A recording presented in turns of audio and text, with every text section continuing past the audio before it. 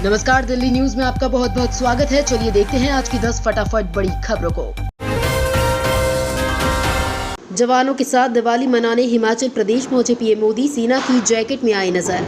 हर साल की तरह इस बार भी देश के जवानों के साथ दीपावली मनाने के लिए प्रधानमंत्री नरेंद्र मोदी हिमाचल प्रदेश पहुंच गए हैं। सीमावर्ती इलाके लेपचा में पीएम नरेंद्र मोदी ने सुरक्षा बलों के जवानों से मुलाकात की। पीएम मोदी ने इस मौके पर एक्स पर पोस्ट शेयर करते हुए लिखा, हमारे बहादुर सुरक्षा बलों के साथ दिवाली मनाने के लिए हिमाचल प्रदेश के लेपचा पहुँच गया हूँ। इस दौरान पीएम मोदी सेना की जैकेट और टोपी में नजर आए।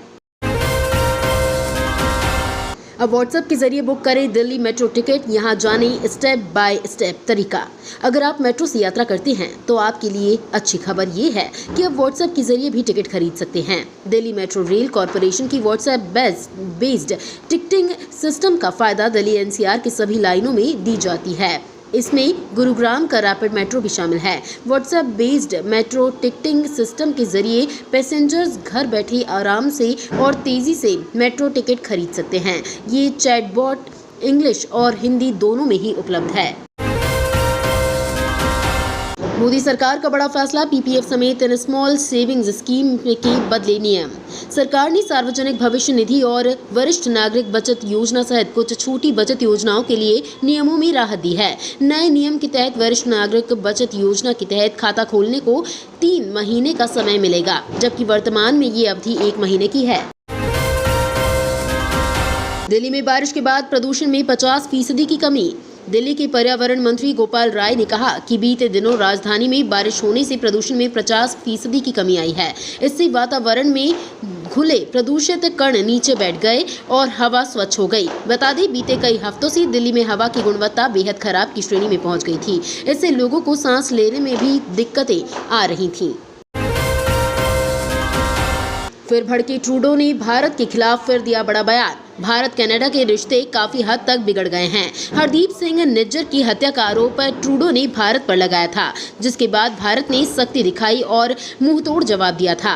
अब एक बार फिर ट्रूडो ने अपने बेबुनियाद आरोपों को दोहराया और भारत पर गंभीर आरोप लगाया है। यूएन में पहली बार भारत ने इजरायल के खिलाफ किया वोट। इजरायल और हमास के बीच युद्ध बीते 37 दिनों से चल रहा है। इसी बीच यूएन में एक प्रस्ताव लाया गया। इस मामले में भारत ने पहली बार वोट किया है। फिलिस्तीन इलाकों में इजरायली बस्तियां बसाने के खिलाफ ये प्रस्ताव पेश किया गया था। भारत ने इस प्रस्ताव के समर्थन में वोट किया है। बता दें कि जब से हमास और इजरायल के बीच युद्ध शुरू हुआ है, यूएन में लाए गए प्रस्तावों से भारत ने दूरी बनाई है। भारत हमास के आतंकवादी हमले की निंदा की है। यूएन में पहली बार भारत ने इजरायली बस्तियों के खिलाफ वोट किया है। एक्सपर्ट ने बताया, दिल्ली में 20 और 21 नवंबर को नहीं हो पाएगी नकली बारिश। दिल्ली में दिवाली के बाद AQI के फिर से गंभीर श्रेणी में पहुंचने की आशंका है। दिल्ली इससे निपटने के लिए तमाम विकल्प तलाश रही है। इसमें ऑड इवन फॉर्मूले से लेकर नकली बारिश यानी कृत्रिम बारिश तक शामिल है। दिल्ली सरकार 20 और 21 नवंबर को कृत्रिम बारिश कराने पर विचार कर रही है, लेकिन एक्सपर्ट का कहना है कि इस दिन ये नकली बारिश कराना संभव नहीं है। मनी लॉन्ड्रिंग मामले में अमानतुल्लाह के 3 सहयोगियों को ईडी ने किया गिरफ्तार।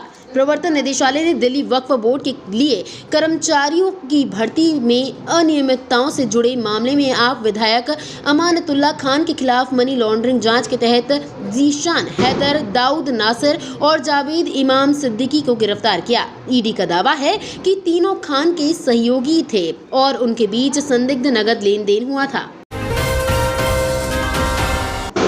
8 साल बाद दिवाली के दिन सबसे कम प्रदूषित रही दिल्ली। पटाखों पर प्रतिबंध का दिखा असर। दिल्ली में 8 साल बाद दिवाली के दिन अच्छी वायु गुणवत्ता का दावा किया गया है। इसके पीछे की वजह पटाखों पर प्रतिबंध को सख्ती से लागू करना बताया गया है। रविवार को दिल्ली वासियों की सुबह साफ आसमान और धूप के साथ हुई। शहर का वायु गुणवत्ता सूचकांक सुबह 7 बजे 202 पर रहा, जो कम से कम 3 सप्ताह में सबसे अच्छा है। राष्ट्रपति द्रौपदी मुर्मू ने दिवाली पर दी बधाई, गरीबों को खुशी में शामिल करने का किया आह्वान।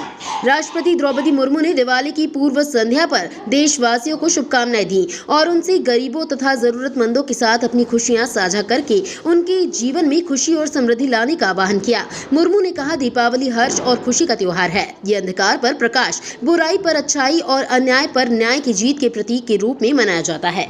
तो ये थी आज की बड़ी खबरें। डेली खबरों से अपडेट रहने के लिए चैनल को सब्सक्राइब करना बिल्कुल ना भूलें। धन्यवाद।